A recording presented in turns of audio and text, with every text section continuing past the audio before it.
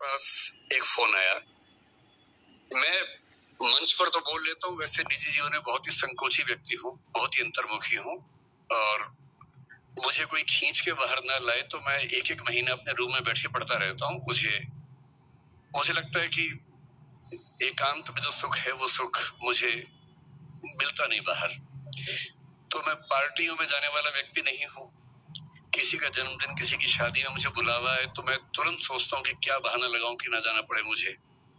तो मैं ऐसा हूँ, दरअसल हूँ, ये मेरा स्वभाव है।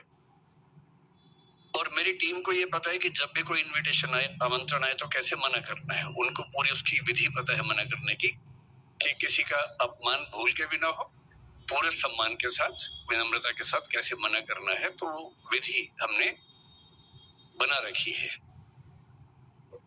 तो एक साल पहले एक फोन आया हमारे साथी के पास, और उन्होंने मुझे कहा कि गंगाराम अस्पताल के एक बहुत सीनियर डॉक्टर हैं, वो मिलना चाह रहे, डॉक्टर सुरेश सिंघवी।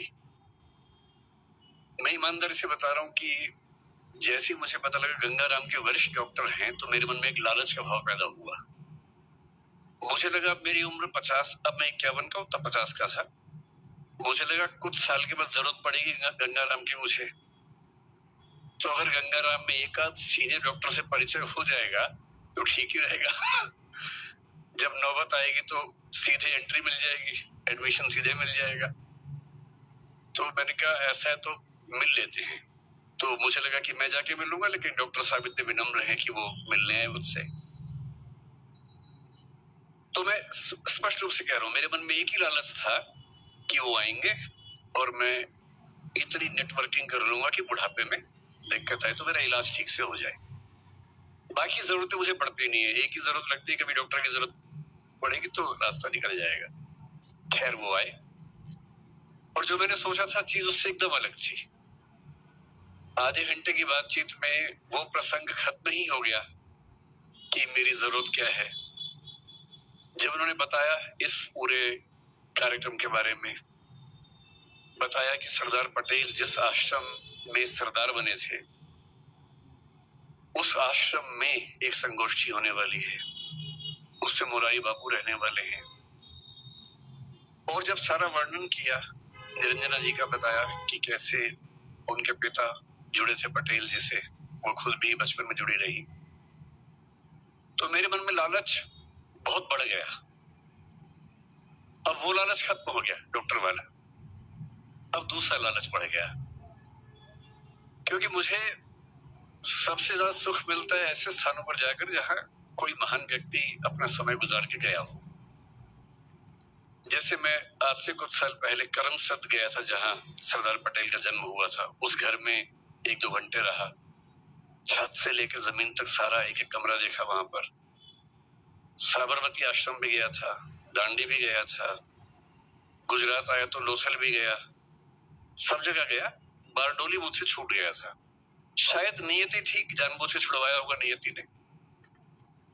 तो जब मुझे पता लगा कि बारडोली के आश्रम में जाके वहीं उसी घर में रहने का मौका मिलेगा या बैठने का मौका मिलेगा जहां सरदार पटेल रहते थे, जहां महात्मा गांधी भी आते थे, तो मुझे लगा इससे बड़ी उपलब्धि क्या हो सकती है। बोलना तो ठीक है, मैं अध्यापक हूँ, बोल ही देता हूँ, तो मैंने कहा ठीक है मैं आऊंगा, लेकिन इससे मेरा लाभ ज्यादा है, आपका लाभ कम है। और जब से आज मैं सुबह से आया हूँ, मैं कल रात को सूरत आ गया था, आज सुबह यहाँ आया, और जब से आया हूँ तो वो मेरा भाव बढ़ता ही जा रहा है।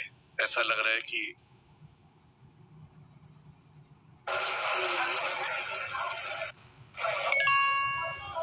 आरिफ आप ही हैं? नहीं सर। बढ़ता ही जा रहा है। ऐसा लग रहा है कि बड़े शहरों की चकाचौंध में हम लोग बहुत कुछ छोड़ देते हैं, जो ऐसी जगह पे आके समझ में आता है कि जीवन का असली मतलब क्या होता है। तो पश्चिम में एक प्रसिद्ध दार्शनिक हुए थे, मुझे सुरेश जी ने कहा कि 1.5 घंटा मुझे बोलना है, तो मैं बड़ा फुर्सत के मूड में हूँ।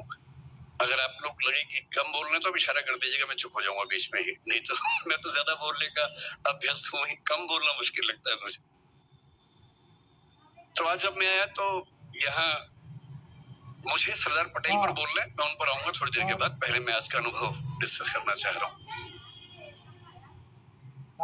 तो जैसे ही कार आश्रम के अंदर घुसी तो जिसको बोलते हैं आजकल मनोविज्ञान के बच्चे की वाइब्स आती हैं, जो जेनजी है, आज की जनरेशन है, उसकी भाषा में वाइब्स आती है। हमारी भाषा में एक वातावरण होता है हर जगह का, उस वातावरण का अपना मूल्य होता है। और वातावरण ऐसे नहीं बनता, बहुत सारे अच्छे लोग जब एक साथ रहेंगे तो वहां माहौल बनता है। उसको हम वातावरण कहें, वाइब्स कहें, वाइब्रेशंस कहें, जो भी कहें, वो हर किसी को समझ में आता है। तो जैसे ही मैं उस स्कूल के अंदर घुसा, मुझे लगा कि ये कुछ तो अलग है। पहले मुझे लगा कि क्योंकि मैं दिल्ली से आया हूं और दिल्ली में दीपावली के 1-2 महीने बाद तक जो मौसम रहता है, आपको पता है कि पॉल्यूशन बहुत ज्यादा वहां पर होता है, सांस लेना अपने आप में एक चैलेंज होता है वहां पर। तो मुझे लगा शायद यहाँ हवा साफ सुथरी है, और क्योंकि मैं दिल्ली से आया हूं इसलिए मुझे बहुत ज्यादा अंतर महसूस हो रहा है। और मामला सिर्फ बाहर की हवा का नहीं, अंदर की हवा का भी है।